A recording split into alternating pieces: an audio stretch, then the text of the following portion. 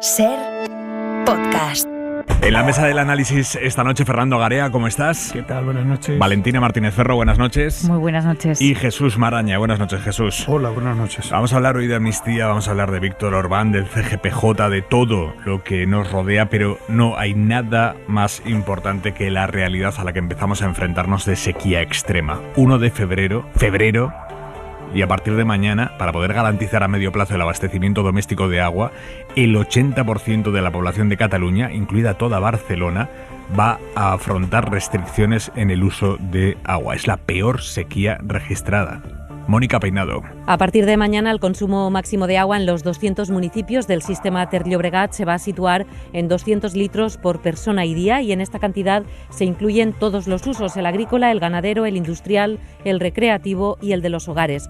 Los ayuntamientos que tengan un consumo superior tendrán que tomar medidas drásticas, como por ejemplo realizar cortes de agua o bajar la presión para evitar ser sancionados por la Agencia Catalana del Agua. El riego en parques y jardines solo se va a poder hacer con agua regenerada, de depuradora o freática. Por sectores económicos, los agricultores solo podrán utilizar el 20% del agua que gastan cuando la situación es de normalidad, y los ganaderos la mitad.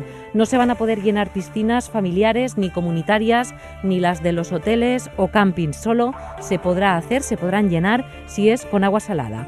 El presidente de la Generalitat, Pere Aragonès, reconoce que las restricciones tendrán un impacto en la economía catalana y confía en que no duren demasiado. Cualquier limitación sobre la actividad, cuando esta actividad es económica, pues tiene unas consecuencias. No tenemos calculada la estimación en el Producto Interior Bruto, pero esperemos que duren el mínimo tiempo posible. Mientras dure la emergencia, la Generalitat no va a autorizar nuevas actividades econòmiques. El president catalán, Aragonès, lo ha dicho claro. No havíem afrontat mai una sequera tan llarga y de tanta intensidad. No habíamos afrontado nunca una sequía tan larga y de tanta intensidad.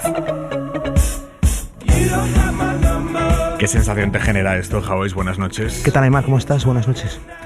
Pues que tengo la sensación de estar leyendo las primeras noticias del futuro, de un futuro desde luego bastante chungo. Mira, durante algunos años, cuando trabajaba en el diario Pontevedra, yo me encargaba de una sección muy chula sobre hemeroteca. De hecho, recibimos 1 o 2 demandas porque ya sabes que el pasado es inflamable, y reportajeaba sucesos de hace 20, 30, 40 años, y leí por eso cientos de diarios antiguos, cómo empezó a aparecer Internet poco a poco, esas noticias que al principio no le dabas mucha importancia, cómo se empezó a hablar muy poco a poco también de feminismo. En fin, algunas palabras y algunos modos de vida sin los cuales ahora no entenderíamos el presente. Puntas del iceberg. Con Internet recuerdo que cuando eclosiona, cuando de repente se generaliza, ¿no? A finales de los 90 me piden en el periódico hay que hacer un reportaje sobre esto porque nos puede perjudicar el negocio, como buscando valoraciones negativas. Quiero decir, esto es muy curioso, ¿no? El miedo a lo nuevo, aunque sea bueno, y la indiferencia hacia lo nuevo, aunque sea terrible, como está ocurriendo con el cambio climático. Y esto está afectando ya a la vida de la gente. Afectará bastante más. Y las cosas que dimos por supuesto no lo serán tanto en el futuro.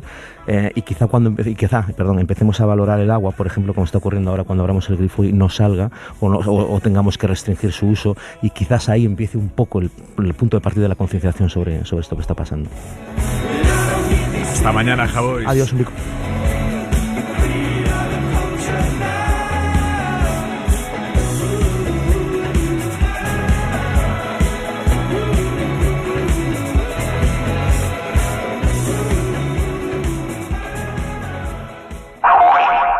Fernando Valladares, investigador del CSIC, profesor de Ecología de la Universidad Rey Juan Carlos. Buenas noches. Hola, ¿qué tal? Buenas noches. ¿Qué está pasando, profesor? ¿Cómo se explica esta situación? Bueno, es en el fondo el resultado de una operación aritmética muy sencilla que todos van a entender. El agua que tenemos es el agua que cae menos la que gastamos. Y en la que gastamos no nos hemos dado cuenta el gran disparate que llevamos décadas haciendo, ¿no? De hecho, os propondría que pusiéramos el mundo del derecho, porque de momento el mundo está del revés. Fijaros cómo habéis arrancado, y una cosa muy natural, hablando sobre la preocupación en la economía de las restricciones hídricas en Cataluña. Pero si es justo al revés. Si son las implicaciones de la economía en el cambio climático y en el uso del agua. Eso es lo que nos ha traído aquí. Y ahora nos estamos preocupando por el dedo que señala la luna, que es qué consecuencias tendrán en la economía. Pues realmente lo que menos nos tendría que preocupar es la economía. ¿El resto de España se tiene que preparar para situaciones similares? ¿Es algo circunstancial de Cataluña? Bueno, de hecho, si miramos un poco la hemeroteca de los últimos años, la situación de Cataluña no es, por desgracia, una excepción, ¿no? Tenemos el norte de Andalucía, en mayo del año pasado, el norte de Córdoba, muchas regiones de Andalucía tenían unas fortísimas restricciones en el uso del agua. Resulta que cuando vamos a necesitar o echamos mano del agua, los embalses están al 6% o al 10%, pero el agua, un agua de las más valiosas pero invisibles, que es el agua del subsuelo, la hemos dilapidado silenciosamente, y cuando se va a echar mano de ella, como es el caso de Cataluña, una parte muy importante, casi la mitad, está contaminada con nitratos, y con lo cual es inservible de entrada, ¿no? Y estos son los resultados de tener el mundo del revés. Y yo lo que propongo es que lo pongamos del derecho. ¿Y cómo lo hacemos? Llegados a este punto, ¿qué se puede hacer? Pues hay muchas cosas que hacer. Lo primero es hablar un poco más claro del origen de la sequía, ¿no? Y por supuesto que el cambio climático, la aridez creciente, cada vez los años son más cálidos y más secos, la demanda evaporativa y la demanda de consumo crece por la temperatura, y en muchas regiones secas, como es la región mediterránea, pues está lloviendo menos. Esto es la situación del marco, ¿no? Pero ante esa situación llevamos 50 años que no paramos de incrementar el uso per cápita de agua, ¿no? Y tenemos actividades recreativas, industriales, tenemos regadío de plantas que soportan la sequía, pero que al regarlas se vuelven más productivas. Hablar de esto con esta claridad, ¿no? De decir que nosotros hemos generado el problema, por lo tanto, la parte esperanzadora es que nosotros lo podemos arreglar, la solución está en nosotros, pero hablando mucho más claro de lo que hablamos, ¿no? Pensar que se va a arreglar la economía de forma mágica a esta altura del partido, pues no es propio del siglo XXI. Eso sería, pues a lo mejor, de la Edad Media. Ahora, si queremos una economía saneada, lo que tenemos es que cambiar nuestra relación con la naturaleza y con los recursos naturales, y ver a qué ritmo se repone el agua en los acuíferos, a qué ritmo en los escenarios de cambio climático estamos teniendo las precipitaciones, y ajustarnos a eso. Porque hacer lo contrario pues nos lleva de pronto a estos topetazos con los límites planetarios, que así los define la ciencia, ¿no? Que son condiciones físicas, químicas, biológicas, que son necesarias que tengan lugar para que la especie humana tenga sitio. Pero somos una especie muy exigente, en agua, entre otras cosas. No sé si ha notado que ustedes, los investigadores, llevan años advirtiéndonos de que el agua iba a ser nuestro gran problema, el de nuestra generación y las futuras, pero que en los últimos meses, diría incluso semanas, días, empezamos todos, la población en general, a ser conscientes de la profundidad de este problema. Bueno, yo diría que nunca es tarde si la dicha es buena. Quiero decir, siempre se está a tiempo para algo, que es otra de las famosas preguntas que nos rondan en la cabeza. ¿Es demasiado tarde? Bueno, es tarde para unas cosas, pero si nos damos realmente cuenta de que no tenemos que poner la economía por delante de todo, sino tenemos que poner a las personas, a la naturaleza, a las leyes de la física, a la biología por delante, y la economía que vaya detrás, si nos damos cuenta de eso, aunque sea un poco tarde, hace 50 años que, por ejemplo, Donella Meadows lo dejó muy claro, luego ha estado la cumbre de Río de Janeiro, la cumbre de la Tierra, en fin, llevamos 40, 50 años de tradición científica, técnica, incluso de acuerdos internacionales apuntando en esta dirección. Si hemos tardado 50 o 60 años en darnos cuenta, bueno, mejor eso que nunca. Pero entendamos que no es lo que nos pasa una tragedia, sino es una oportunidad de poner el mundo del derecho. ¿Cuál es la zona, la región más crítica de España en este sentido? ¿Es el sur? Porque en este caso estamos viendo que las primeras grandes restricciones, más allá de que en Andalucía también se hayan decretado algunas, pero vienen por el este, por el oeste. Claro, es que, como decía en la aritmética del agua, no es solo lo que llueve, sino lo que se gasta. Y en el caso concreto, por ejemplo, de la región catalana, los ríos son de corto recorrido, salvo el Ebro, ¿no? Y este corto recorrido de los ríos da poco margen para, por ejemplo, embalses. Entonces, sobre la meteorología tienes que tener en cuenta la geografía, la topografía, aparte de los usos tradicionales. Indudablemente las zonas ya muy áridas, como Murcia, Almería, ¿no? Alicante, son zonas muy, muy, muy áridas, ya están ahí en números rojos hídricos. De hecho, tenemos otro de los grandísimos disparates aceptados y casi normalizados, que es un trasvase del Tajo al Segura, cuando el Tajo no lleva caudal ecológico en buena parte de su recorrido. Y el caudal ecológico, recordémoslo una vez más, es la cantidad de agua que es necesaria que tenga un río para que cumpla sus funciones, entre otras, satisfacer las necesidades humanas. Eso a algunos les parece que es una cuestión, no sé, secundaria, y entonces hay que trasvasar agua a un río como el Segura para abastecer la huerta de Europa.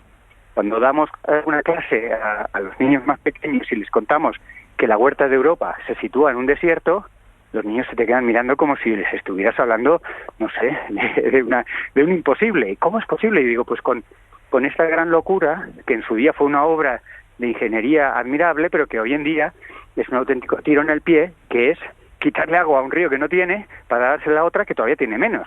Cuando lo que habría que hacer es gestionar el agua de una forma integrada, armoniosa y sobre todo responsable con los límites planetarios, con la disponibilidad de agua, y que los escenarios de cambio climático, por desgracia, no nos están ayudando ni nos van a ayudar en el corto plazo. Fernando Valladares, muchísimas gracias, buenas noches. Buenas noches, un placer. No sé si somos del todo conscientes, Maraña, de las implicaciones que tiene este escenario que se nos plantea: falta extrema de agua, restricciones en febrero. Pues da la impresión de que no, de que no hay una conciencia colectiva suficientemente asentada, ¿no?, sobre el asunto al que nos enfrentamos. Yo cuando escuchaba a Valladares, al experto, claro, pensaba una vez más, porque no es la primera, claro, cuáles son las herramientas más eficaces para sembrar esa conciencia colectiva, ¿no? Empezando por el lenguaje. O sea, tenemos que hablar de cambio climático, de crisis climática, de emergencia climática. No hay un consenso, ¿no?, sobre eso. Y ahí ya empezamos mal. Pero, claro, si un 1 de febrero asistimos en una ciudad como Madrid o más al norte, ¿no?, a temperaturas de 20 grados, o en la costa a casi 30 grados, como ha ocurrido este mes de enero, ¿qué más haría falta para convencer a alguien de que tenemos un problema global, colectivo, en fin, de supervivencia, ¿no?, del planeta y de la especie? Bueno, yo creo que deberíamos avanzar lo antes posible en ese consenso, en decir cómo explicamos esto desde la ciencia, desde los medios, desde toda la divulgación, para, bueno, pues si no funciona el catastrofismo, veamos qué es lo que hay que probar para que de verdad se avance, ¿no? Para que no sea más urgente las medidas políticas de protección económica de determinados sectores que la emergencia de que, oiga, que nos estamos jugando mucho nosotros y las futuras generaciones. Valentina. Sin duda, nos estamos jugando muchísimo y creo efectivamente que no tenemos conciencia. Es curioso que nos pase a nosotros siendo españoles, ¿no? Somos un país del sur de Europa, un país medio desértico en una gran parte y que siempre ha sufrido recurrentemente estas crisis de sequía que han pasado siempre. Alguien contaba, leía esta mañana, que en el Quijote solamente llueve 2 veces. Es decir, esto nos ha pasado siempre, ¿no? Y claro, culpas todos, sin duda. Y una de ellas, la más fuerte ahora, es cómo generamos esa conciencia y cómo avanzamos en la prevención. Estamos viendo que esto está pasando en Cataluña. Preguntabas tú, Aimar, si esto hay otras regiones. Yo soy gallega y este año, en pleno mes de agosto y en julio, hubo una gran amenaza de que partes de las zonas costeras se quedasen sin suministro de agua durante el verano, porque lo que hace es una presión poblacional tan grande, pues que no hay manera de abastecer en un sitio como Galicia, que claro, parece que hay tanto exceso de agua que somos menos conscientes a la hora de racionarla, y eso hace que la utilicemos como si siempre fuese a ser así. Y esto es lo que no está claro, y mucho más ahora con, como decía Maraña, con la crisis o la emergencia climática que tenemos, que aún así no somos del todo conscientes. Fíjate que la lluvia de este año lo que ha hecho también es que no tengamos marisco por el exceso de agua dulce en el mar, en las rías. O sea que son, en fin, luego lo veremos con el tema de la agricultura también, lo difícil que es meterle mano y hacer soluciones. Pero lo que sí que creo que es importante también en esto que vamos a ver en Cataluña, o que estamos viendo en Cataluña de la sequía, es también la consecuencia no solo del exceso o de poner mucho el foco en la parte económica, como decía Valladares, sino también en lo mucho que ha dejado Cataluña durante estos años, lo mucho que se ha perdido en preocuparse de los problemas reales de la gente y en hacer inversiones.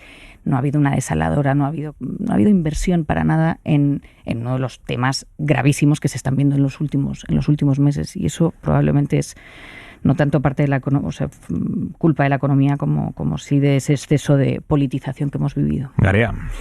Bueno, yo me quedo con la frase que ha dicho el experto, que me parece muy buena y me la quedo para siempre, lo de hay que poner el mundo del revés. Y eso tiene que ver con el lenguaje, como explicaba Jesús, y que yo complemento, incluso en los pequeños detalles. Por ejemplo, que dejemos de decir yo el primero esto de qué buen tiempo hace hoy, cuando en realidad es un tiempo horrible el que hace, porque efectivamente son 20 grados en Madrid y en otros lugares de España parecido. En América Latina tienen también una ola de calor en la parte sur, ahora que es verano. Es decir, que dejemos de decir que buen tiempo, porque eso no es buen tiempo. Y luego también poner el mundo del revés en lo que se refiere a perspectiva y a discursos. Yo creo que hay un problema también de discurso público importante por parte de los políticos, entre otras muchas cosas porque la mayoría de las medidas que se pueden proponer y que se hacen y que tienen que ver con la crisis climática están relacionadas con medidas restrictivas para muchas actividades. Eso tiene que ver con lo que está ocurriendo estos días, por ejemplo, con los agricultores franceses especialmente, que están protestando porque hay determinadas cosas que no se pueden hacer, no se puede regar de determinada manera. Hay que plantearse en España determinados cultivos de las últimas décadas, si son lógicos que se mantengan o no. Esos son puestos de trabajo. Ya sé que la perspectiva económica es complicada, pero es importante. Hay que plantearse si esos cultivos son sostenibles o no. Hay que plantearse, por ejemplo, el gran problema que tenemos en España de que nuestra principal industria, la del turismo, va a tener dificultades este verano en muchas partes en las que va a haber restricciones de agua. Si algunas de los complejos hoteleros que se hacen para recibir ese turismo, y que luego nos felicitamos cuando salen los datos de año récord de visitantes, y es verdad que para la economía es bueno, pero tiene unas contraindicaciones que hay que explicar y decírselo a la gente. Tiene que ver también con el uso de los coches, con las políticas de los ayuntamientos, si hay carril bici o no lo hay, o si hay restricciones en el centro de las ciudades. Siento hablar solo de Madrid, pero lo siento porque es donde vivo y lo que conozco, donde no hay esa cultura, costumbre o concienciación respecto a hay que restringir los coches. Y por eso digo que me parece fantástico esto del mundo del revés, precisamente para que no nos lamentemos cuando no salga agua del grifo, porque en parte es porque no se han hecho esos discursos. Y también tiene que ver con previsiones de inversión que apuntabas tú antes, y que, fíjate, cuando alguien se plantea algo que tenga que ver con trasvases, que no tengo ni idea si es la solución, pero lo pongo como ejemplo, cuando se plantean temas referidos a trasvases, la que se monta dentro de los partidos, incluso en sí mismos, dentro de las comunidades, etcétera. Es decir, yo creo que es un tema que hay que tomarse mucho más en serio de lo que nos tomamos. Y ya lo último que termino es que tenemos un partido con un gran poder territorial y con gran presencia en el Parlamento, que es negacionista, que dice que no existe la crisis climática. Yo creo que eso nos tiene que hacer pensar, porque a esa gente le votan millones de ciudadanos. Por cierto, hablando de Vox, la guerra interna de este partido en Baleares va a más, hasta el punto de que hoy hemos sabido, se lo estamos contando en la SER, que la líder de Vox en Baleares, Patricia de las Heras, acusa a su antecesor en el cargo, Jorge Campos, que ahora es diputado en el Congreso, le acusa de haber creado una trama para lucrarse con dinero del partido, dinero del grupo parlamentario en Baleares. Lo denunció en un informe que mandó en junio a la Dirección Nacional y que, casualidad, se ha conocido ahora. Radio Mallorca, Juan Antonio Bauza, buenas noches. ¿Qué tal, Aymar? Buenas noches. En ese informe, la actual presidenta de Vox en las Islas acusa al ahora diputado nacional, a Jorge Campos, de destinar dinero del grupo parlamentario balear a pagar cenas, viajes, sueldos y una larga retahíla, dice, de destinos prohibidos, con cargo a un presupuesto público, todo a través de una productora audiovisual que, según de las Heras, actuó de empresa pantalla para desviar al menos 33.000 euros. La presidenta actual de Vox en Baleares habla de trama urdida por Jorge Campos para desviar dinero. Explica que el gasto del presupuesto del partido en Baleares iba prácticamente en su integridad a desplazamientos de Jorge Campos en primera clase o a pagar hoteles de hasta 200 euros la noche. Y dicen no solo eso, también se endeudaba para seguir viviendo, y es literal, a cuerpo de rey. Jorge Campos no ha respondido a las llamadas de esta emisora. En redes sociales ha anunciado medidas legales contra los autores del informe. Queda nada, 1 hora para que hoy a medianoche, 1 hora y media, comience ya oficialmente la campaña electoral en Galicia.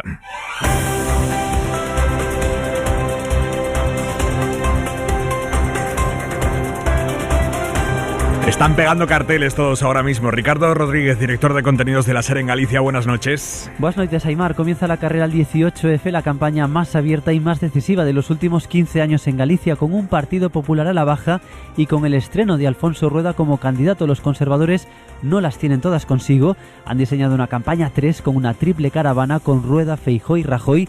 Además, van de anuncio en anuncio. Hoy mismo han aprobado el complemento autonómico para la pensión de 37.000 gallegos. Si non me engano, ano pasado tamén se fixo a principios de ano. Nos dixemos que todo, unha vez aprobado o presuposto, todo o que se poidera facer inmediatamente, íbamoslo a facer. Rueda ha justificado la aprobación de esta medida el mismo día que comienza la campaña electoral. Rueda pega carteles esta noche en Santiago, mientras la izquierda, convencida de que esta vez el cambio sí es posible. Imos a por todas, a gañar un futuro mellor, e o día é o 18 de febreiro. La nacionalista Ana Pontón lidera la alternativa por la izquierda, quiere convertirse en la primera mujer en presidir la Xunta. El PSOE apuesta por José Ramón Gómez Besteiro, que hoy, esta tarde, ha pegado carteles en Lugo junto a María Jesús Montero. No estás solo, estamos todos contigo. Y como se dice aquí, de esta vai a esta va José Ramón, presidente, con vosotros. La vicepresidenta del Gobierno, que ha dejado claro en ese mitin en Lugo que la implicación de Ferraz y de Moncloa será máxima en esta campaña. La incógnita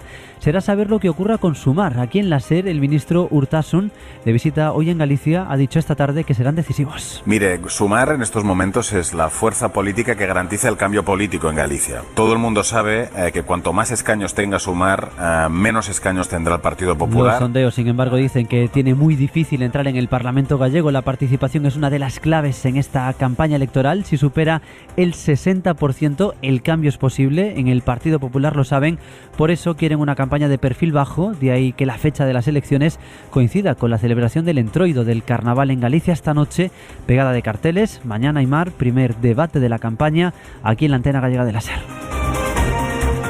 Hora 25.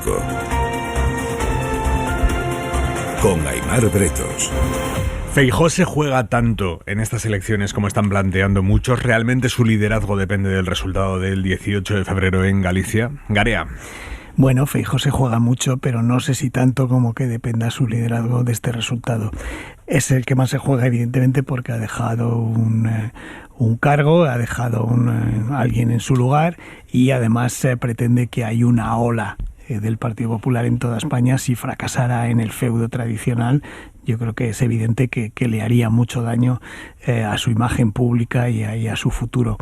También se juega el Partido Socialista, porque es verdad que no parte de muy buen resultado, pero son las primeras elecciones después de todo esto de los pactos con Junts, la amnistía, etcétera, y yo creo que de alguna forma también mide lo que se medirá mucho más, por supuesto, en las europeas. Sumar parte también de una enorme dificultad por esa barrera del 5% que necesitas en las circunscripciones, en las elecciones gallegas, para poder tener escaño, pero se juega la revalida de un proyecto que todavía está pendiente de qué es lo que quiere ser y qué es lo que va a ser.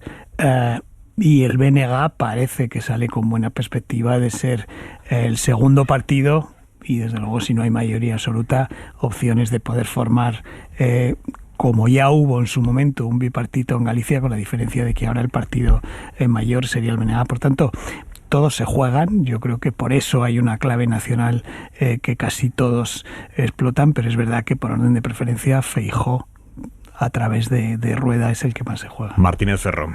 Sí, bueno, yo creo que en realidad los que se lo juegan de verdad son los gallegos, entre los que me encuentro. Pero efectivamente, claro, Feijóo, al haber dejado pues la presidenta de la Xunta en manos de Rueda como vicepresidente, pues tiene una parte emocional que va a ser fuerte en estas elecciones y una parte real también, ¿no? Que es la presión que se está metiendo por parte también del Partido Socialista, que creo que es curioso que los pellets han desaparecido, ¿no? Del panorama. Parecía que iban a marcar completamente la campaña. Hoy empezamos la campaña y no, vamos, la prensa gallega ni siquiera los refleja de una manera tan importante, ¿no? Y los únicos que están haciendo algo ahí pues es la Xunta de Galicia. Creo que eso también puede dar un vuelco a la parte de la campaña, que es que se han dado cuenta los gallegos de que esto igual iba un poquito empujado de más desde Madrid.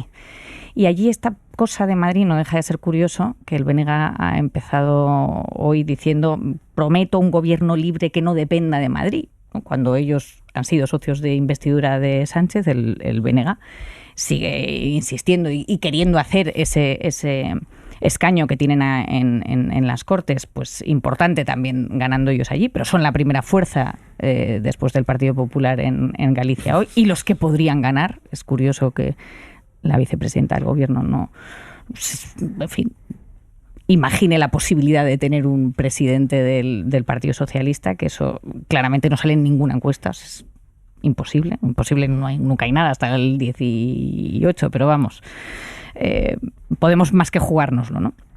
Y lo curioso del bloque también es pues eso, saber que ellos lo que quieren es de alguna manera estar en manos del Partido Socialista en Galicia, porque la única manera que tendrían de formar gobierno allí sería con el Partido Socialista. Así que la independencia de Madrid no puede ser tanta. Bueno, en primer lugar, lo de los pellets en los medios gallegos, la verdad es que tampoco desde el principio hubo demasiada presencia de los pellets en lo que es el paisaje mediático gallego, hay que decirlo, ¿no? Hubo más ruido, más presencia, más denuncias, como lo queramos llamar, en los medios nacionales o en algunos medios nacionales, que lo que es en Galicia. Dicho esto, es verdad que no se ha mantenido como un motivo de movilización en la campaña de las elecciones, eso es verdad. No sé si desde el momento en que se asume que hay un problema y se empieza a colaborar, y entonces no es solo la Xunta de Galicia, sino la colaboración de los dos gobiernos quienes afrontan esa crisis. Dicho esto, yo creo que ya habéis dibujado las pinceladas, ¿no?, de cómo afecta a cada cual. A mí hay un dato que me parece importante de esta campaña que empieza esta noche, que es cómo en Galicia la participación en elecciones autonómicas no ha superado el 55% desde 2009. Desde que perdió las elecciones ante Núñez Feijóo, el bipartito de PSDG y BNG. Y en generales, en todo ese tiempo, jamás ha bajado del 55%. Y de hecho, en las últimas generales llegó al 70%.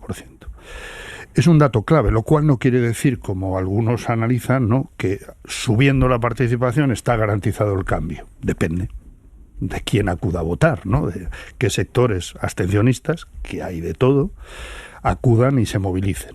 Yo creo que este es el gran reto. Afecta más a algunos partidos porque de ellos puede depender la posibilidad de cambio, no como es lo que apuntaba Fernando de Sumar, y especialmente en dos circunscripciones, ¿no?, en Pontevedra y en Coruña.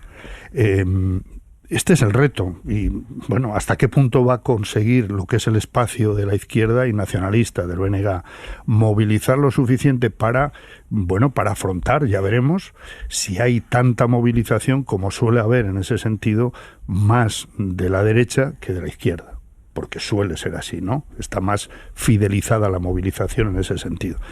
Esta es la gran incógnita, a mi juicio, ¿no? Yo, desde luego, el último CIS, que algunos interpretaban como que hay mucho partido, que está al borde del cambio, las interpretaciones de quienes analizan los números, digamos, brutos del CIS, decían, bueno, tanto partido no hay, es decir, está muy difícil para el espacio de la izquierda. Pero por eso mismo, lo que se consiga, si es que lo consiguen y con qué elementos en la movilización, yo creo que es fundamental. Sí, normalmente hay, siempre que hay alta participación, suelen ser elecciones de cambio. Quiero decir, es un axioma que se repite no solo en Galicia, sino prácticamente en todas. De hecho, perdona, Fernando, en todas las encuestas sale en Galicia que la gente dice que hay necesidad de cambio, pero a la vez dicen no creemos que vaya a haber cambio. Bueno, ¿no? entre otras, yo creo que tiene mucho que ver también con las opciones que hay, porque efectivamente en la parte del Partido Socialista, al ser tercera fuerza y que hay mucha gente que no se siente representada. Vamos a ver ahora con Sumar, pero vamos, Podemos no hizo prácticamente nada, pero la izquierda lleva sufriendo una descomposición, ¿no?, entre las mareas, el BNG, que ha tenido en los últimos años, y gracias al liderazgo de Pontón, que ha sido muy claro, una ascendencia enorme, pero la izquierda como proyecto político en Galicia se ha desdibujado muchísimo, y yo creo que también es esa falta, lo vemos en el voto urbano, ¿no? El voto urbano, que no es mayoritariamente del Partido Popular, muchas veces no, al contrario, el voto urbano es mayoritariamente de izquierdas. De izquierdas, por eso, y no encuentra municipales, después, ¿no?, en las generales, o sea, en las autonómicas, en donde todo se regionaliza de alguna manera o se autonomiza mucho. Yo admito que en esto tengo un sesgo madrileño. Quiero decir que la visión que se puede tener desde aquí de unas elecciones como las gallegas probablemente esté muy... Pero eso está compensado por Valentina.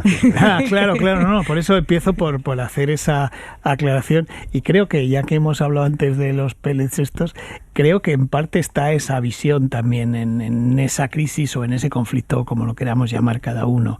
Es verdad, como dice Jesús, que se dio más relevancia en los medios nacionales que en los medios gallegos. Es verdad también que... Ojo, en algunos medios gallegos, que no hay cosa que más moleste a los periodistas que hacen su trabajo correctamente allí en Galicia. Tiene razón en algunos. Yo me refería la generalización siempre es horrible. Sí, ¿vale? sí. Pero fíjate que en ese... Estamos hablando de la tele pública gallega. Eso es. Estamos hablando de determinados periódicos. Claro, pero en ese sesgo... Periódicos principales en Galicia que no se han ocupado, como algunos medios a los que tú refieres, como Plaza Gal, como algunos pero otros vosotros medios. sabéis que en Galicia, en Santiago se lee el Correo, en La Coruña se lee el... Pero a dónde iba, porque esto me parece... Y en toda Galicia se escucha la cadena. Esto era solo un paso de lo que iba a argumentar. Fíjate que la visión desde fuera que tuvimos muchos es, y lo sigo manteniendo, qué mala gestión del asunto de una crisis, que además la ha minimizado, ni ha pedido ayuda y tal. Y sin embargo, desde allí, por lo que me cuentan, hay mucha gente que tiene la visión contraria. Es decir, que bien hizo la Xunta, que no alarmó de tal manera que poderes económicos tan importantes en Galicia como pueden ser los de la pesca, los mariscadores, etcétera, etcétera, no vieron afectado su trabajo, su negocio y su prestigio fuera de Galicia, porque se vio que eso no tenía ningún impacto, y por eso se prefirió un perfil mucho más bajo respecto a ese tema. Pongo esto como ejemplo de que a veces el sesgo que podemos tener desde aquí es distinto al que se tiene desde allí, y ese sesgo nos sirve también para pensar que toda la política nacional, que toda la amnistía va a estar volcada en el día que vayan a votar los gallegos, cuando es muy probable que sea un tema bastante secundario cuando vayan a votar. Sí, bueno, eso es verdad, pero dicho esto, la gestión del asunto de los pellets fue nefasta. No, yo te he dicho que así lo creo, claro. Pero sin embargo creo que hay una visión desde Galicia de quien puede pensar que lo que se intentaba era a esos sectores tan influyentes como, insisto, pescadores, mariscadores, etcétera, de no alarmar y que el producto de esas personas no tuviera una crisis de prestigio fuera de Galicia. Bien, pero yo en ese sentido me parece que merecen un reconocimiento también los voluntarios que inmediatamente, que cuando tuvieron conocimiento de lo que estaba pasando, reaccionaron inmediatamente con una posición y una actuación cívica que yo echo de menos siempre en las autoridades, que se refrenan constantemente. Cuando los voluntarios tienen que cubrir lo que tienen que hacer las administraciones, es mal negocio. Y eso yo creo que hay que mantener esa, no sé cómo decir, esa denuncia, porque eso es independiente de que alguien lo utilice más o menos o exagere más o menos por motivos electorales. Lo que sí está claro es que no es un problema social, o ha dejado de serlo a día de hoy, porque no es uno de los que esté siendo utilizado por ninguno de los partidos en la campaña, ni por el BNG ni por el Partido Socialista. A ver, yo lo que sí creo es que esta va a ser una campaña extraña en el sentido de lo que decías tú, Barea, ahora. Es verdad que se ve siempre distinto desde Madrid que desde Galicia, y Galicia como una de las comunidades autónomas históricas también, que mira mucho y se refleja mucho en lo que pasa en el País Vasco y en lo que pasa en Cataluña, pues también recela mucho de ser controlada de alguna forma o de tener una cierta influencia fuerte desde Madrid. ¿No? Y la amnistía puede tocar o no, pero lo que sí toca es la sensación del tener un partido allí que podría ganar, que es el BNG, que va a depender del Partido Socialista gallego. Bueno, ahí mi discusión es si dependería el BNG del Partido Socialista o si el BNG ganaría más poder porque ya tiene su voto con una enorme influencia en Madrid. Ganaría su voto con una enorme influencia, pero no va a gobernar si no es con el PSDG. Sí, pero Valentina, no tiene ninguna forma, vamos. Yo lo que sí coincido con Fernando es en que es difícil mantener a la vez el discurso de que el gobierno central está en manos de los grupos minoritarios independentistas o nacionalistas y a la vez, cuidado, que si gana un grupo nacionalista en Galicia va a depender de Madrid. Es decir, cuidado, las cosas no casan fácilmente. Yo no digo que haya que tener cuidado, lo que digo es que estaba hablando de la sensibilidad del gallego cuando vota, que aquel que le está ofreciendo la independencia de Madrid, que es el que... la independencia no en el sentido... El autogobierno, dejémoslo en el autogobierno. No queremos que haya manipulación desde Madrid. Nosotros decidimos aquí lo que hacemos frente al Partido Popular, pero que fíjate, siempre tiene que depender de Madrid. De todas maneras, perdona, Jesús, pero nunca el PP en las últimas 2 décadas había hecho una campaña tan madrileña como la que está haciendo Rueda. Eso iba. Rueda está insistiendo en cada mensaje. Aquí se presenta Pedro Sánchez. Yo compito contra Pedro Sánchez, que viene enmascarado en no sé cuántos partidos. ¿Por qué Rueda está haciendo campaña en esa clave madrileña? Sí, esto que dices a mí me produce mucha curiosidad ver qué va a pasar con eso, ¿no? Porque hay una estrategia evidente de llevar la polémica de la amnistía a la campaña gallega.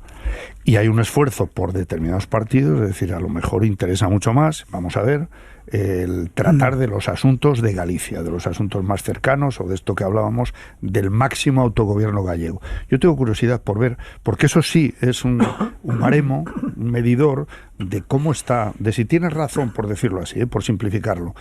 La encuesta del CIS que dice el problema de la amnistía está en el número 37 de las preocupaciones de la ciudadanía, o es una prioridad ante otros problemas inmediatos, ¿no? Esto me produce curiosidad porque ahí sí, de momento, y empieza la campaña esta noche, pero hasta ahora hay una diferencia de estrategia muy clara. Te resumo en medir si la estrategia del antisanchismo es rentable en unas elecciones autonómicas como Galicia. Digo, por abrir un poco de... Luego la que no va a ser rentable es la del prosanchismo. Quiero decir, es muy difícil presentarse con Pedro Sánchez en La Coruña, en Lugo, Lorenzo y Pontevedra como activo. El conflicto, si me permites, el conflicto no es el antisanchismo y el sanchismo, sino es el antisanchismo y las críticas, si los hubiera, oposición a la gestión de la Xunta de Galicia. Claro.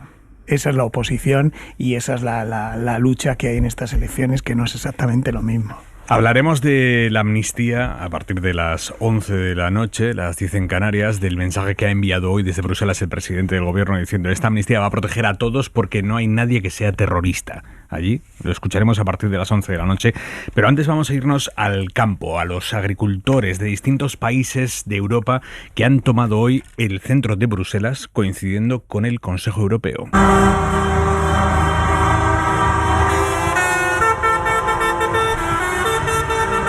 Se calcula que han sido unos 6.000 de distintos países, muchos de ellos con consignas contra la agricultura española, acusando a la fruta y a la verdura de nuestro país de generar una competencia desleal. Hoy se lo hemos vuelto a escuchar a los portugueses, han cortado las carreteras desde Huelva a su país. También se lo hemos escuchado esta semana a los franceses, empezando por el primer ministro, Gabriel Attal, que llegó a decir que ellos sí cumplían unos requisitos fitosanitarios que otros vecinos, en referencia directa a los españoles, no cumplían. Pero el ataque más directo lo lanzó en la tele francesa la ex líder de los socialistas, Ségolène Royal, que fue ministra de Medio Ambiente. ¿Habéis probado los llamados tomates ecológicos españoles? Son incomestibles. Os digo que lo que se vende como bioespañol es falso y que las frutas y verduras españolas no cumplen los estándares franceses.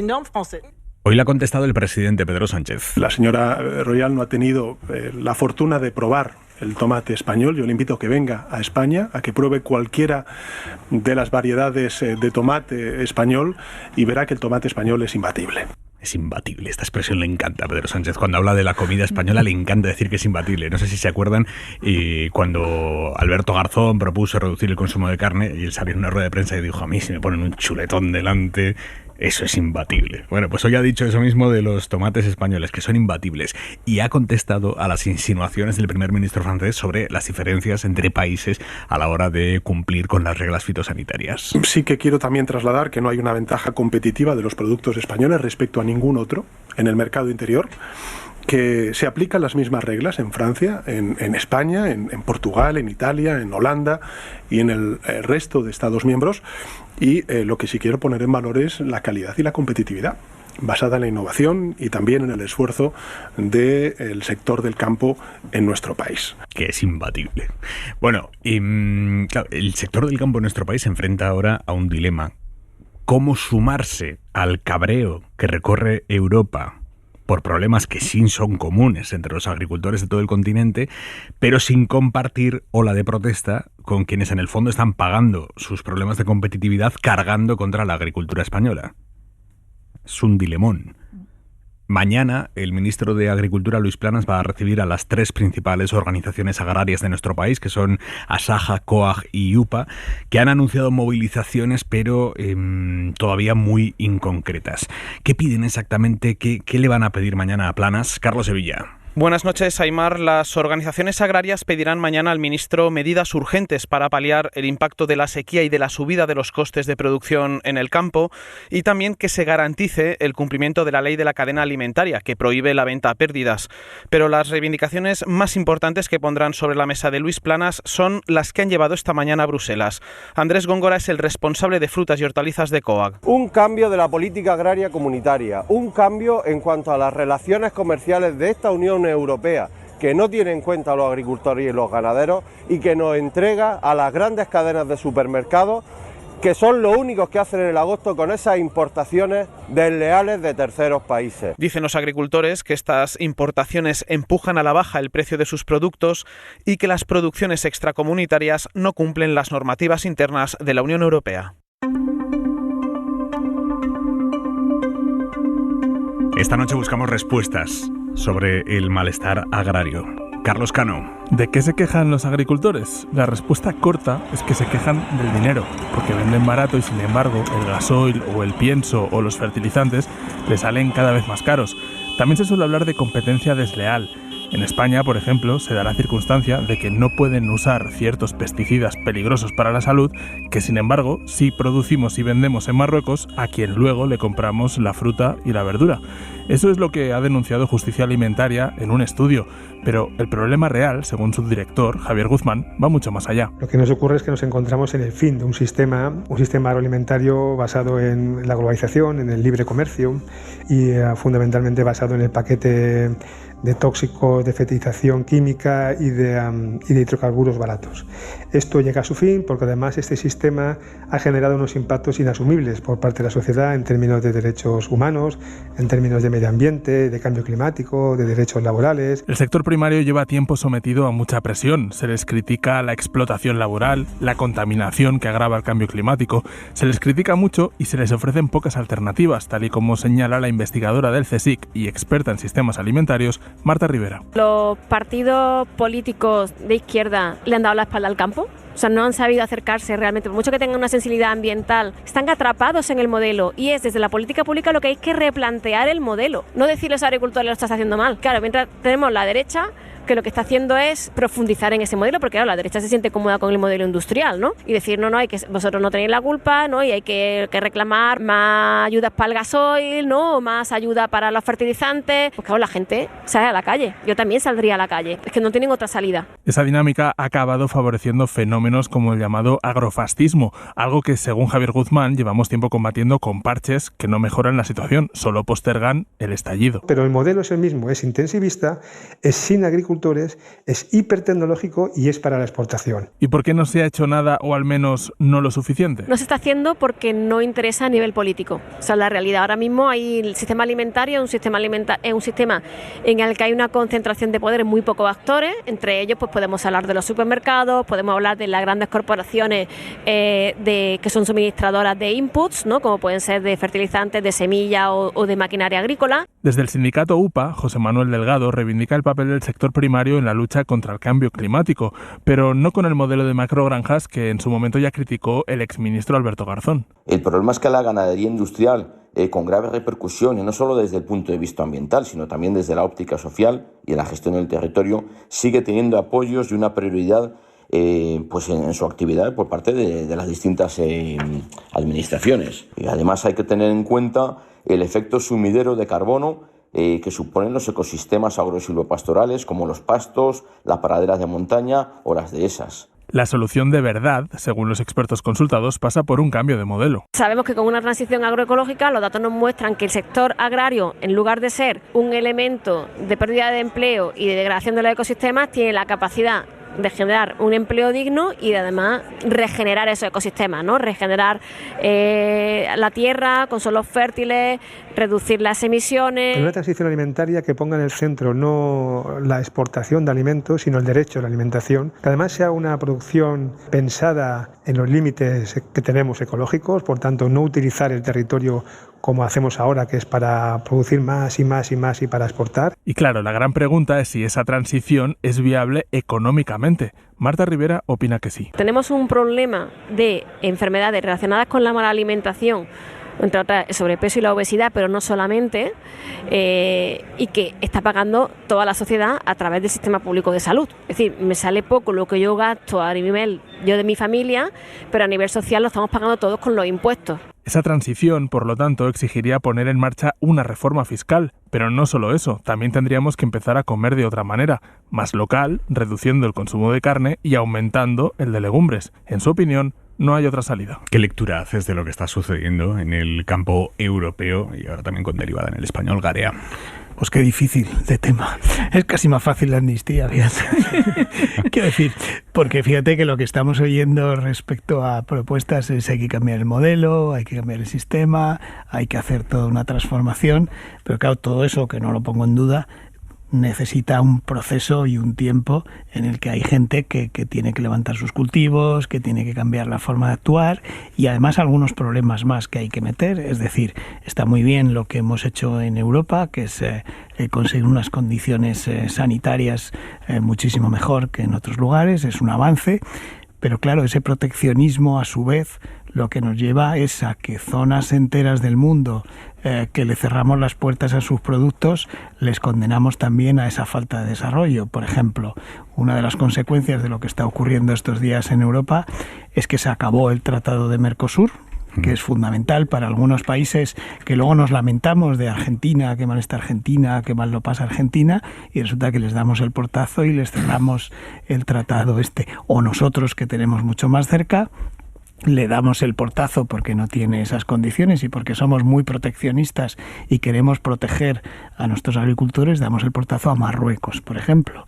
Y luego nos quejamos de que hay pateras y que quieren saltar la valla y que vienen muchos migrantes con hambre porque no tienen trabajo en sus lugares. Es decir, es el típico problema que manta. Si te tapas los pies, te destapas la cabeza y al revés. Un problema muy complicado. Se ha creado además en Europa un sistema de subvenciones, de ayudas, que está muy bien, que probablemente no seguro los agricultores lo merecen, pero que genera algunas situaciones difíciles. A eso hay que hablar también, ya que hablamos de la reunión de mañana del ministro, las cuestiones que tienen que ver con la representatividad del sector. Hasta qué punto quienes negocian son agricultores o son patronales que tienen unos intereses distintos a lo de los agricultores. Y ya si metemos por medio la sequía de lo que hemos hablado antes, nos vamos a un problema muchísimo más complicado. Valentina. Completamente, no puedo estar más de acuerdo. Yo creo que es que todo esto empieza también por, lo primero, una reflexión seria de cómo está la situación y lo que ha cambiado, ¿no? Teníamos una política agrícola común, que os acordaréis que cuando nosotros entramos en la Unión Europea era pues la política comunitaria que se llevaba el 80% del presupuesto comunitario. O sea, era se creó sobre el carbón y el acero, pero en los 70 y en los 80 la política agrícola común era fundamental y creo que estaba hecha para pues los Estados miembros que estábamos en aquel momento y que no se ha ido adaptando, que lo que se ha hecho es ir parcheando, ¿no? De alguna manera, y hemos dado paso a la transición ecológica, que es parte de lo que se quejan hoy los los agricultores que estaban en Bruselas de no haberles tenido en cuenta, de no tener en cuenta muchas de sus necesidades y de su realidad, ¿no? En todas las decisiones que se han tomado, sobre todo en la transición ecológica, sin tener al campo, que es una parte fundamental, y a la ganadería en cuenta. Y efectivamente, como estabas describiendo, María, esto es una manta total, porque tienes al sistema alimentario por un lado, con las grandes corporaciones, contra la agricultura, donde también está la agricultura intensiva, luego la agricultura ecológica, y bueno, lo que buscan todos, o sea, además de esto, está en la protección de la Unión Europea entendida como un todo, que son los que estaban hoy en Bruselas, y a la vez la protección de los franceses contra los españoles, no a nivel europeo, sino a nivel entre estados, o de los portugueses con respecto a los españoles.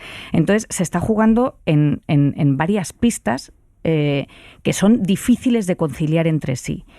Y la sensación, además, de que Bruselas hiperregula sin tener en cuenta a todas las necesidades que tienen todos estos actores en el Estado. Y toda la relevancia que esto tiene después también a la hora de movilizar este proteccionismo y esta defensa de lo que es propio para los partidos nacionalistas europeos, que están teniendo una fuerza muy, muy importante y la van a tener en estas elecciones europeas, entre otros por estos discursos, ¿no? En donde si Bruselas no nos protege, nos tenemos que proteger nosotros. Y eso, bueno, creo que tenemos que ser conscientes de hacia dónde nos va llevando esta deriva, además de lo que tú apuntabas de dejar a Mercosur fuera. Los franceses ya se han negado, los austríacos ya lo estaban, con lo cual es muy difícil poder salir de ahí, pero eso tiene consecuencias. Maraña.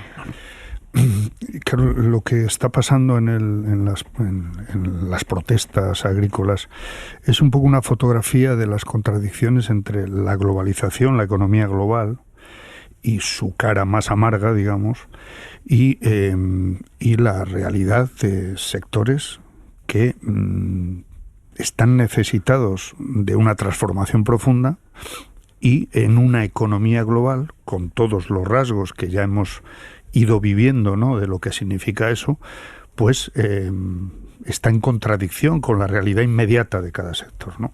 Entonces, yo creo que ya habéis apuntado la mayoría de los factores que influyen en esto, que son muchos, pero sí es diferente o es peculiar la situación del campo español respecto, pues, al francés, por ejemplo, ¿no? Porque es verdad que hay factores comunes y otros no. Es decir, igual se está reclamando hoy en Bruselas, por ejemplo, ayudas al gasoil. Bueno, en España eso está, por lo menos de momento, está muy blindado. Y sin embargo, en España hay un problema con lo que hablábamos al principio del programa, con la cuestión climática. El 40% del campo español son frutas y hortalizas que necesitan mucha agua, y que o nos adaptamos a la realidad climática o tendremos un problema mayor, ¿no? También hay algún aspecto positivo, que en otros países de Europa están viniendo a ver cómo lo desarrollan o cómo lo aplican, como fue esa ley que garantizaba la prohibición de vender a precio por debajo del coste. Bueno, lo que estamos viendo también es que no se cumple suficientemente, porque hemos visto escenas de otra vez los agricultores tirando los limones porque no les compensa venderlos. Sin embargo, aquí hay una ley muy reciente diciendo, oiga, no se puede tolerar que en la cadena alimentaria los productores, los agricultores, se vean obligados a vender a un precio que no compensa y no se puede vivir de eso, ¿no? Es muy complejo el panorama, y tenemos ahora un riesgo añadido, que es que hay elecciones europeas a la vista. Y entonces se va a utilizar este asunto políticamente y electoralmente, y con un riesgo que es común a varios países de Europa, que es el riesgo a que esto se utilice desde los movimientos extremistas, ultraderechistas, etcétera. Le Pen en Alemania, Alternativa por Alemania, y Vox aquí, que por algo en los gobiernos PP-Vox siempre ha pedido tener la Consejería de Agricultura. Eso no es por nada, ¿no? No es gratis. No vamos a caer nosotros en un nacionalismo agrícola tampoco esta noche, pero hombre, que vengan los franceses a decirnos que nuestros tomates no saben a nada. Lola Gómez, buenas noches. Buenas noches, Aymar. Lola Gómez, de Crisol Turismo Agrícola en Almería, que es una persona que sabe muchísimo de tomates. Lola, ¿a qué sabe el tomate español? ¿Cómo lo definirías? Sabe a familia, agricultura familiar, agricultura redistributiva de la riqueza, a tradición mezclada con tecnología e innovación, a control biológico de plagas y enfermedades, unos bichitos que se comen a otros, y hace que nuestras plantas no solamente que produzcan el máximo sabor en nuestros tomates, sino que da gusto estar entre ellas por los volátiles, por los olores que sueltan. Ese ha sido nuestro gran cambio en los últimos 25 años. Estoy hablando de los invernaderos del Ejido de Almería. Ese ha sido el gran cambio. Y no nos pueden decir, por favor, tanto el ministro de Agricultura de Francia, que los productos españoles no cumplen las normas. Por favor, somos un país comunitario. Quien no los cumple es países extracomunitarios con acuerdos de asociación con la Unión Europea, que todos los gobiernos de turno miran para otro lado porque si le permiten meter 10 toneladas, meten 1.000 o 10 millones y no pasa nada. Y Francia es el país que más importa desde Marruecos. Nosotros no estamos en contra de que se desarrolle la agricultura en Marruecos, pero en Almería son 33.500 hectáreas con 14.000 explotaciones familiares. En Marruecos son grandes capitales, entre ellos españoles, franceses, italianos, los que están operando allí. Y la gente está ganando, si hay contrato, pues aproximadamente unos 5 euros por 9 horas de trabajo. Es imposible competir con eso. Si queréis podemos hablar de Senegal, de otros países. ¿Qué reivindicamos nosotros? Primero, que nuestros tomates son tomates de invierno, están producidos en el invierno. Todas las campañas en contra de las hortalizas, que no son de temporada. Hace 60 años que esos tomates los producimos las familias, las pequeñas familias, de una forma tradicional, y los producimos desde noviembre hasta abril, el invierno. ¿Por qué? Porque en Almería tenemos más de 3.300 horas de sol al año. Ya quisieran los franceses, los belgas o los neerlandeses tener esa cantidad de sol. Y eso hace que con nuestras técnicas que estamos utilizando actualmente, hay más de 2.000 investigadores en nuestra provincia para que todo eso se lleve a cabo. Es una agricultura totalmente dependiente de la ciencia. Consigamos unos tomates, junto con ese sol, que no tienen comparación con los del centro norte de Europa. Entonces, evidentemente, ellos tienen un problema, el gobierno francés con sus agricultores, como el español lo tiene con los españoles, porque todos los agricultores de la Unión Europea estamos sufriendo unas políticas europeas hechas por burócratas que no han salido de un despacho y en mi caso jamás han pisado un invernadero. A mí me gustaría que vinieran y vieran lo que hacemos cada día, cómo reutilizamos el agua, cómo controlamos totalmente a la planta para que nos dé los mejores frutos, con la mayor turgencia, el mayor sabor, el olor, el aroma. Por favor, los abejorros polinizando, todo eso. ¿Sabéis cuál es el problema? Yo os oigo cada noche, pero a veces cuando os oigo hablar de temas de agricultura, con todo mi respeto, me encantaría que tuvierais la oportunidad de venir y conocernos. Y a la hora de hablar de agricultura, supierais realmente de lo que se está hablando. Sé que vosotros habláis muy en lo geo, ¿no? En lo que hablan los políticos, en lo que hablan los gobiernos, en la declaración que ha hecho la ex ministra Ségolène Royal. Por favor, encima metiéndose con el ecológico. Pero si somos un auténtico ejemplo, en nuestro invernadero ya hay el 17% de invernaderos de la superficie produciendo en eco, totalmente certificado y garantizado. Y es una maravilla, tanto el eco como el convencional, porque llevamos casi 25 años haciendo control integrado y biológico de plagas y enfermedades. Para los oyentes que no lo conozcan, es prescindir totalmente de los químicos. Seguimos utilizando insecticidas, pero de origen vegetal, los extractos de ajo, de orégano, de ortiga, combinado con mariquitas que se comen a los pulgones, arañitas que se comen a la mosca blanca. Todo eso, la gente tiene que conocerlo, tiene que conocernos lo que estamos haciendo. Pues por eso le hemos llamado, Lola, por eso le hemos llamado esta noche. Le agradezco mucho que haya estado en Hora 25. Muchísimas gracias, Aymar, de verdad, para mí ha sido una pasada que me haya llamado. Gracias. Un abrazo, adiós. Y se incorporan a Hora 25 los oyentes de Carrusel Deportivo. Hora 25 esta noche con el análisis de Jesús Maraña. Hola de nuevo, Jesús. Hola, buenas noches. Valentina Martínez Ferro. Buenas noches. Y Fernando Garea. ¿Qué tal? La ropa para mañana, Jordi Carbó, buenas noches. Buenas noches. Pues dentro de la dinámica de este no invierno, para mañana ropa de primavera, de entretiempo. Es decir, mejor abrigarse la próxima madrugada y mañana a primeras horas, porque tendremos temperaturas prácticamente de invierno, heladas en el interior peninsular, pero todo solo un poco, es decir, no heladas muy fuertes, y donde haga frío este va a durar poco, porque en general mañana esperamos de nuevo un día soleado con máximas cercanas a los 20 grados en la mayor parte del país, a los 25 en el Valle del Guadalquivir y un día más cerca de los 30 en Canarias. Mucho sol con un par de excepciones. Esta madrugada y mañana por la mañana, algunos chubascos muy poco destacables en Cantabria, el norte de Navarra y sobre todo el País Vasco. También mañana algunos chubascos en el área del Estrecho. Hasta mañana, Jordi.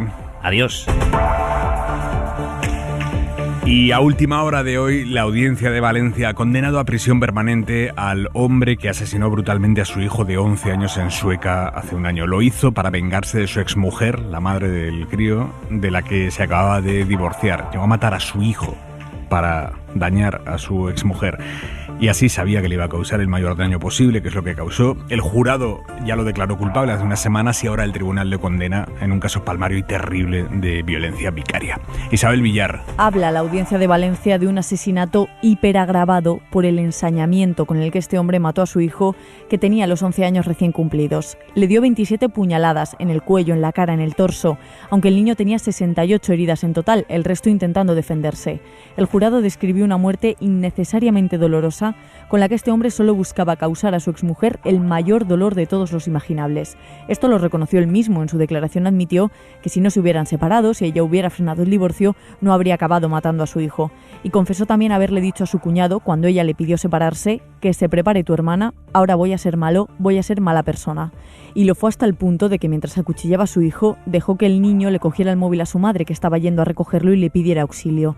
Lo explicaba la abogada de la mujer, Reyes Albero, en una entrevista en Telecinco cuando lo condenó el jurado. Permitió que el niño gritara mamá, desgarrador, y que auxilio, o sea, ese auxilio que le pide su madre, para que la madre escuchara en tiempo real y en directo que está matando a su hijo y que le estoy matando porque tengo el poder de hacerlo y no vas a poder hacer nada. Llega a decir la abogada que esta mujer está muerta en vida, creo 17 años llevaban casados cuando ella le pidió el divorcio, 17 años en los que la madre había sufrido malos tratos, violencia física y psicológica.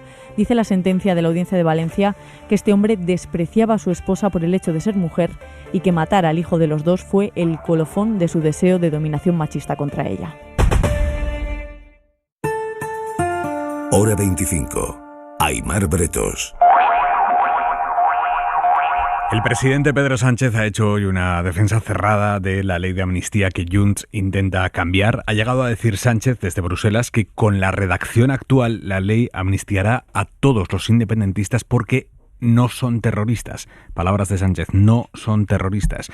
Guillermo Lerma, buenas noches. ¿Qué tal, Aimar? Buenas noches. Será la primera vez que escuchábamos al presidente del gobierno desde que Junts hizo retroceder en la tramitación de la ley de amnistía. No ha querido cargar contra los de Puigdemont por votar en contra, como sí han hecho otros miembros del gobierno, señalando su alineación con PP y Vox, pero el jefe del Ejecutivo sí les ha mandado dos mensajes. Por un lado, para intentar tranquilizar sus dudas, dice Sánchez que está convencido de que la norma beneficiará a todo el independentismo, incluido Puigdemont, porque en el proceso, ha querido insistir, no hubo terrorismo. Como todo el mundo sabe, el independentismo catalán no es terrorismo, no lo es. Y por tanto, con este proyecto de ley, yo estoy convencido, y así al final lo van a concluir los tribunales, que van a estar todos los independentistas catalanes amnistiado. Al mismo tiempo, el líder del PSOE ha hecho, eso sí, una defensa de la redacción actual de la norma, sin cambios. Si hemos logrado esa ley de amnistía valiente, reparadora y constitucional, el objetivo fundamental es que del Congreso salga así, igual de valiente, sin duda reparadora y con las garantías jurídicas y la seguridad jurídica para que pueda ser aplicada. Trata Sánchez de tender así puentes con los independentistas a los que tiene que convencer para buscar un acuerdo que permita avanzar en la tramitación de la ley de la que, sabe el presidente, depende la estabilidad de su legislatura. El portavoz del PP, Borja Semper, ha contestado a esas palabras de Sánchez diciendo: no son terroristas los independentistas catalanes. El presidente del gobierno se erige en juez y en parte, presionando desde la presidencia del gobierno a los jueces para que apliquen la ley de amnistía como a él le conviene y como él dice. En un Estado de Derecho, quien califica un delito es un juez, no es un político, aunque te llames Pedro Sánchez. ¿Qué extraéis de esa defensa que hace Sánchez de la redacción actual de la ley? Todos los independentistas catalanes van a ser amnistiados con esta ley porque no son terroristas. Maraña. Bueno, a mí me parece que el mensaje de hoy tiene un componente, digamos, conciliador después de lo que ocurrió anteayer en el Congreso, ¿no? Se ha interpretado mucho que era, y he visto muchos titulares diciendo Puigdemont derrota al gobierno.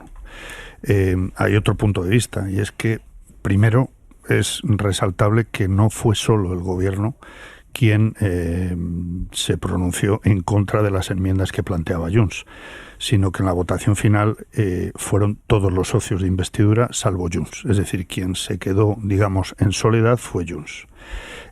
Segundo mensaje, la cuestión no es ya entre dos negociadores, dos actores políticos, sino que hay una convicción, o por lo menos es la que se traslada, de que jurídicamente se ha llegado al máximo, por decirlo así. Es decir, cualquier cambio, y hoy mismo ha habido análisis de bastantes juristas, de catedráticos de Constitucional, de distintas universidades, que han explicado claramente, bueno, si se admiten lo que planteaba Junts en esas enmiendas, parece que no hay dudas de que entonces sí que sería inconstitucional y que además tribunales europeos no pasarían en ningún caso el texto de la amnistía.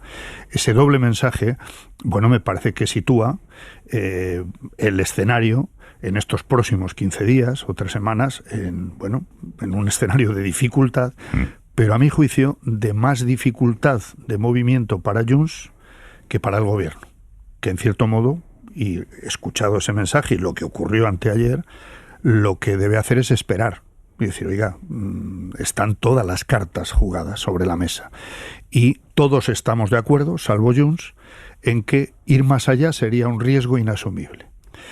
Bien, en el otro tema que tanta polémica suscita es que yo coincido y defiendo constantemente que claro que son criticables algunos autos judiciales que además claramente son los que han provocado reacciones políticas determinadas en toda esta tramitación de la amnistía.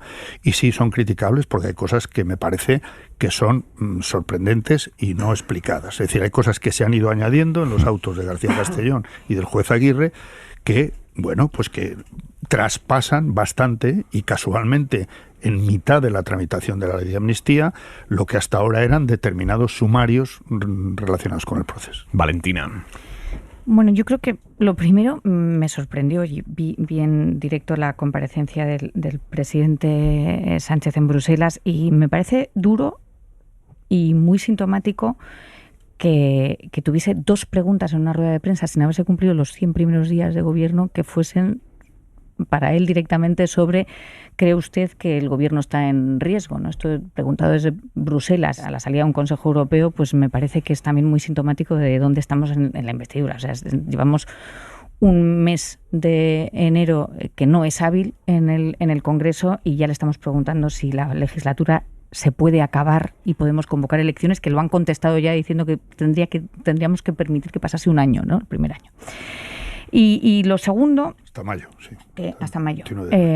Y lo segundo, que sí que me parece importante, es la frase que ha dicho, que lógicamente estaba pensada, que es como todo el mundo sabe, el independentismo catalán no es terrorismo. Esto no deja de sorprender porque él mismo, en declaraciones en el año 2019, no lo tenía tan claro, o sea, no lo debía saber él. Como todo el mundo sabe, usted no lo sabía. Él dijo que le preocupaba justamente la banalización que podía hacer algunos sectores del concepto de terrorismo. Pues no quiero decir que es banal, pero él también lo dudaba. Y luego lo que sí creo que también es peligroso es que directamente califique jurídicamente los delitos que están investigando los jueces. Pues creo que eso deberíamos de dejárselos a los jueces. Y la tercera es que si no hay efectivamente delito de terrorismo, ¿por qué llegamos al punto en esa enmienda de definir terrorismo light y terrorismo menos grave, ¿no? Eso por la parte del Partido Socialista, del presidente. Por Junts, Turull ya le ha contestado, ¿no? Que sí, que lo que quieran, pero que lo quieren blindar. Es decir, vamos a ir un poquito más allá. Aunque Borràs ha dicho también esta mañana que les parecía bien, aunque fuese inconstitucional. Aquí en la SER, en Ser Cataluña, lo que ha dicho Borràs es que prefieren arriesgarse. Que prefieren arriesgarse, aunque sea inconstitucional. Y la otra postura es prefieren arriesgarse a que no... O sea, arriesgarse a que no lo sea de ninguna manera, ¿no? Y luego, lo que sí que me parece interesante es una solución que ha apuntado Jaume Asens, que es dejemos el texto tal y como está, tal y como quiere el Partido Socialista, y hagamos una reforma del Código Penal inmediatamente para cambiar el concepto del delito de terrorismo, con lo cual ahí podría englobarse. Esto digo como una posible salida, pero que sería interesante saber qué piensa el Partido Socialista de esto. Garea. Bueno, a mí las palabras del presidente del gobierno me parecen ciertamente llamativas. Primero, por lo controvertido de que efectivamente sea un presidente del gobierno quien dice si los procesos judiciales están en marcha son de un determinado delito o no. Eso ya me parece, sinceramente, no recuerdo muchos precedentes de eso. Y en segundo lugar, me parece que tiene un punto bastante gratuito, porque yo no tengo ni idea de si hay terrorismo o no, pero es que hay un escrito del fiscal de la Audiencia Nacional que pide hasta 27 años de prisión a 12 CDRs independentistas y dice claramente que hay terrorismo, y además hace un relato de hechos sobre el uso de explosivos, sobre lo que iban a hacer con esos explosivos, sobre cómo los empezaron a elaborar, etcétera, etcétera, para llegar a la conclusión de que hay terrorismo. Insisto que esto lo dice, no, lo digo con ironía, no el loco del juez García Castellón, sino la Fiscalía de la Audiencia Nacional en escrito del mes de noviembre. No es verdad tampoco, por cierto, que el juez García Castellón, que yo no solo me parece criticable, sino que yo mismo criticaría muchas cosas de las que hace, no es verdad que haya innovado que en esos sumarios hay terrorismo, porque en la propia primera página de la apertura de las diligencias en su momento ya se habla de la investigación de delito de terrorismo. Pero insisto, puesto que en este momento hay sobre la mesa una acusación que lleva hasta petición de 27 años por terrorismo para 12 personas, me parece gratuito y arriesgado que el presidente del gobierno diga que no hay independentistas terroristas. Y además me parece que no cuadra tampoco con este debate al que nos llevaron la semana pasada el gobierno sobre los distintos tipos de terrorismo. A mí de todo semana me llama la atención que de pronto desde el gobierno Moncloa se haya descubierto lo difícil que es pactar con Junts y con Puigdemont, como si te hubieras caído del guindo y del caballo no sabiendo con quién estás negociando, y además que hayan descubierto también lo enormemente difícil que es hacer una ley de amnistía, porque lo tienen que aplicar los jueces, porque no depende de ti la aplicación de esa ley, sino que depende de otro poder. Y además porque creo que en la base de todo esto hay un enorme pecado original que tiene esta ley de amnistía, que es la autoamnistía. La autoamnistía. El espectáculo de estos días que nos hemos enterado y confirmado por todos, negociando con el abogado del principal interesado de este tema, el abogado defensor, negociar un gobierno con el abogado defensor los perfiles y el perímetro de aplicación de una ley, a mí me parece estremecedor, porque se convierte en una ley ad hoc y además, insisto, siendo el abogado defensor quien fija los perfiles de esa ley que se tiene que aprobar en el Parlamento. Me parece tremendo, y además el gobierno nos lleva a debates como este último del terrorismo, que recordemos que hace nada nos llevó también al debate, y todos íbamos detrás, sobre si había que cambiar el delito de rebelión porque en Europa tenía otra consideración. Ya ahí estábamos todos debatiendo sobre el delito de rebelión. Y de repente nos llevó el gobierno también, nos acordaremos, no olvidemos, al debate sobre si había una malversación, que si no te llevabas el dinero no era tan mala como la otra. Y ahí estábamos todos debatiendo sobre si había que cambiar el Código Penal para adaptar eso. Y ahora de pronto nos lleva también a este debate sobre el terrorismo, y ciertamente, esa solución de cambiar luego el Código Penal y rebajar lo que es delito de terrorismo me parece alucinante, porque además volvemos a caer en lo mismo. Esa supuesta o futura reforma del Código Penal luego lo tienen que aplicar unos jueces y pueden hacer lo que ya hicieron con la malversación. Quiero decir que es que por aquí ya hemos pasado. Maraña. Pues, me parece que de aquí no vamos a salir. Bueno, yo primero no creo que el debate sobre el concepto terrorismo lo haya provocado el gobierno. Yo creo que esto precisamente se ha provocado a partir del auto de García Castellón y de la reacción de Junts, lo ha provocado el PP y la derecha, porque han llevado el debate sobre el asunto de ¿están ustedes amnistiando a terroristas? Ya no a independentistas. Es decir, se elevó un escalón y a partir de ahí ha surgido todo el debate y toda la polémica. Tampoco creo que sorprenda en el gobierno y hayan descubierto esta semana la dificultad de negociar con Junts, ni las pretensiones que tenía Junts. Otra cuestión es que yo creo que ha habido varias oportunidades en las que probablemente el gobierno, o como se quiera llamar, el PSOE, porque es quien negocia directamente con Junts y Turull y demás, debería haber apretado ya el botón, y se lo estaba reclamando sus propias filas, ¿no? De, oiga, en algún momento habrá que frenar ese mensaje que tanto ha calado, y este mismo martes lo escuchamos de nuevo en el Congreso, de están ustedes en manos de Puigdemont y el gobierno hace todo lo que exige Puigdemont. Bueno, yo creo que en ese sentido lo que sí se decidió es hasta aquí. Hay que primero hacer un gesto político y por otro lado asentado, y ahí es donde creo que tiene una importancia destacable, que no esté solo, sino que estén de acuerdo el PNV, Bildu, RC, el resto de los socios de investidura o de posible legislatura, que están de acuerdo en que diga, oiga, no, ya está, es decir, está la ley y a partir de aquí ya es pasarse de lo que se pide. Y sobre García Castellón y los autos habría mucho que debatir, pero en fin, solo recordar que a mi juicio un juez que públicamente y previamente sin conocer la ley ya se ha pronunciado contra la amnistía, tengo mis dudas de que al menos la apariencia de imparcialidad esté siendo resguardada y solventada. Del mismo modo que el juez Aguirre, que esté concediendo alguna entrevista para hablar de la instrucción que está ejerciendo, en su caso sobre la llamada trama rusa, pues tampoco me parece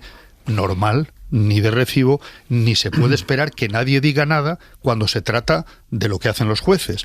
Siempre hablamos de la invasión, de la división de poderes en un solo sentido, y hay que hablar en los dos. Sí, solo algún matiz. Sí. Yo creo que podríamos dedicar un monográfico, o por lo menos yo, a criticar lo que ha hecho el PP respecto a este tema y sus exageraciones, etcétera.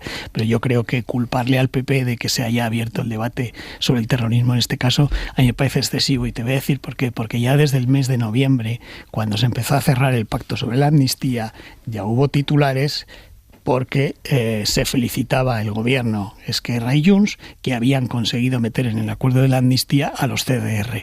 Los CDR son los que en este momento, vuelvo a decir lo de antes, están acusados por la Fiscalía de delitos de terrorismo. Luego quien mete el terrorismo en este asunto no es el PP, sino es quien pacta que esos que están acusados de terrorismo, no sé si con razón o no, pero están acusados de terrorismo por el fiscal, entraban dentro de la amnistía. Y es luego el gobierno quien lo vuelve a abrir cuando acepta una enmienda que matiza todos los que entran en terrorismo y empieza a hablar esto de, bueno, terrorismo como lo hemos conocido antes siempre no es exactamente, lo cual es una distinción y un debate bastante sorprendente. Respecto a los jueces, claro que son criticables y cuando hacen declaraciones, pero pongamos las cosas en su justa medida. Cuando decimos, por ejemplo, que el juez Aguirre ha aprovechado en este momento para hacer el auto, es que si no lo hace en este momento le caduca y tiene que cerrar el sumario. El 29 de enero, el 29 de enero era la prórroga, digo, en cuanto al criterio de oportunidad era justo cuando tenía que hacer. Os pedía celeridad porque quiero que escuchéis lo que ha dicho Zapatero esta tarde-noche en un foro de La Vanguardia en Barcelona. Dice que Rajoy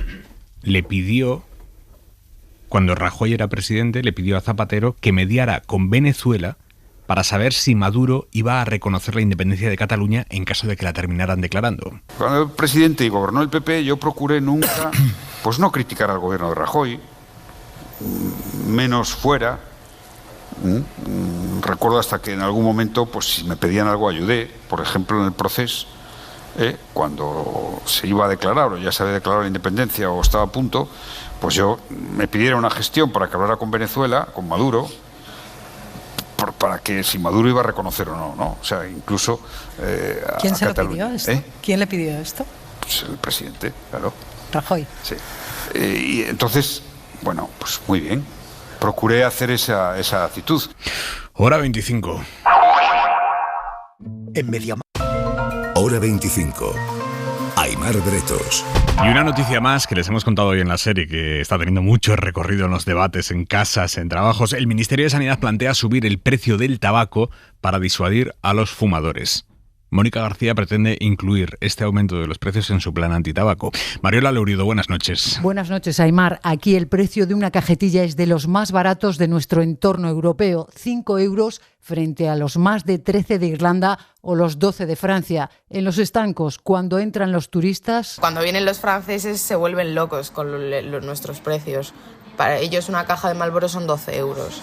Entonces vienen a España y te compran 4 cartones, claro, se vuelven locos. Y la ministra Mónica García seguirá la recomendación de los expertos, subirá el tabaco con aumento de impuestos para que la gente deje de fumar. Francisco Pascual, presidente del Comité para la Prevención del Tabaquismo. Hay estudios al respecto que demuestran que con un incremento solamente de un 5% en el precio, pues se puede conseguir incluso un 10% de disminución en el número de fumadores. La subida del tabaco estará dentro del plan que está ultimando Sanidad, según adelantan a la cadena SER fuentes del Ministerio. Hacienda de momento no se pronuncia sobre la medida. De los 5 euros que cuesta ahora mismo, más o menos, un paquete de tabaco, ¿cuántos son impuestos? ¿Cuánto se queda el estanco? ¿Cuánto la empresa que lo elabora? Pues casi todo lo que fumamos son impuestos. El 80% de lo que pagamos por una cajetilla son impuestos. El 8,5% se lo lleva el estanquero, el 1% es coste de distribución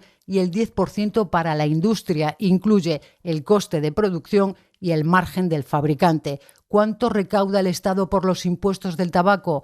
Más de 6.000 millones de euros al año, según la agencia tributaria. ¿Cuántas cajetillas se consumen en España? Más de 2.000 millones al año, el último dato que corresponde a 2022. Punto y 25. Joaquín Estefanía. La tormenta perfecta. Aunque la principal demanda de los agricultores que se manifiestan por distintas ciudades europeas sea económica y en última instancia se resume en precios justos, circunstancias también debidas a la acción del hombre, como la falta de lluvia y la temperatura, tienen una relación directa con aquella. Si ahora, a principios de febrero, son un problema, no digamos lo que puede ocurrir cuando llegue el verano. El poder de los intermediarios que actúan como un oligopolio, la emergencia climática, puertos colapsados e incluso conflictos bélicos se vinculan estos días a pérdidas del poder adquisitivo, paro y cierre de explotaciones agrícolas. Esa es la explicación. Lo que está sucediendo en Francia desde hace algunos días es un adelanto de lo que puede extenderse con rapidez a otros países europeos, entre ellos España. En Europa, un 15% del territorio está en estado de alarma por la falta de agua, sobre todo su zona meridional. En nuestro país, el 17% de su territorio sufre una sequía prolongada. Son las cuencas catalanas, las del Mediterráneo andaluz, las del Guadalquivir, Ebro y Júcar, las que están secas. Y lo peor es que no hay augurios de que en el corto plazo se vaya a disponer de más recursos hídricos. Hay que recuperar la planificación del agua. Cuidado con este conflicto, en el que se mezclan intereses contradictorios. La tormenta perfecta. Punto y 25.